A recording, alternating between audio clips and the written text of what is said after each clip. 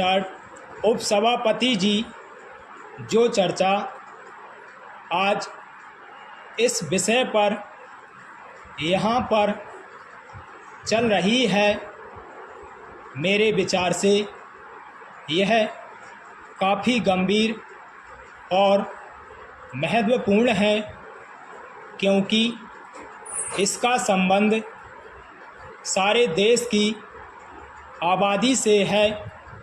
जहाँ तक हमारे देश का प्रश्न है, उसका संबंध देश की 80% आबादी से है।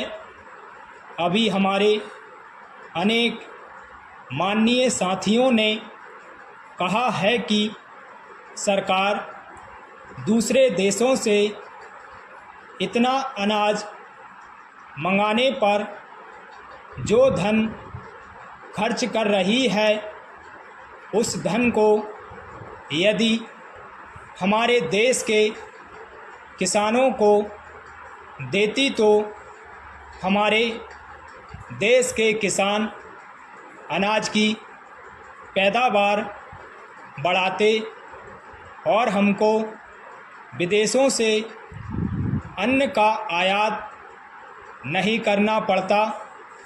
इसलिए मैं चाहता हूं कि अनाज के संबंध में हमारी एक साफ और बिल्कुल स्पष्ट नीति होनी चाहिए।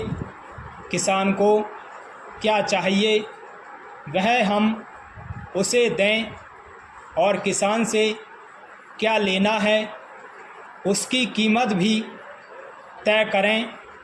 इसके लिए हमें एक राष्ट्रीय मूल्य नीति का निर्धारण करना होगा।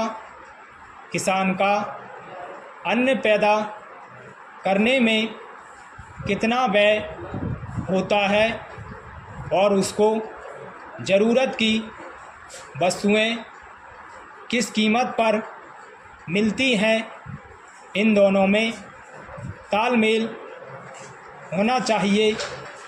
मैंने इस सदन में पहले भी कहा था कि खेती को नुकसान का नहीं बल्कि मुनाफे का धंधा बनाने पर ही देश में अन्न की पैदावार तेज़ी से बढ़ेगी और खाद्यान्न की समस्या का कोई हल निकल सकेगा।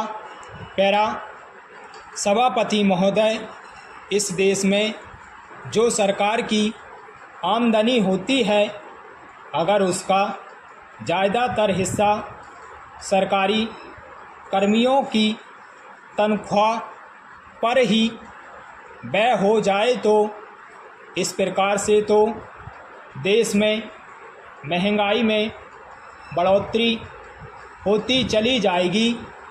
इसलिए हमें इस स्थिति को रोकने के लिए कठोर कदम उठाने होंगे। आज देश में जो लोग भी काला धंधा करते हैं, उनके साथ सख्ती से निपटना होगा, और जो बड़े बड़े व्यापारी हैं उनके साथ भी कड़ाई बरतनी होगी। इस समय जो सरकार की विचारधारा है, उसकी जो नीति है, उस पर हम सबको पुनः चर्चा करनी होगी, जिससे देश की हालत में सुधार हो सके।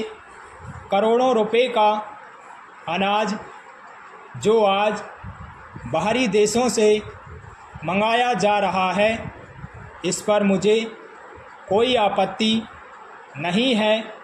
सरकार ने एक बार अनाज का व्यापार अपने हाथ में लिया था और उसके बाद फिर सरकार ने व्यापारियों के भरोसे पर इसको छोड़ दिया। सरकार को व्यापारियों और जनता दोनों ने धोखा दिया। और इसका नतीजा तो यह हुआ है कि अनाजों की कीमतें बहुत ज़्यादा बढ़ गई हैं और वह आम जनता को आसानी से उपलब्ध नहीं है। अभी तक सरकार ने जो कदम इस संबंध में उठाए हैं वे भी बहुत सार्थक सिद्ध नहीं हो पाए हैं। स्टॉप।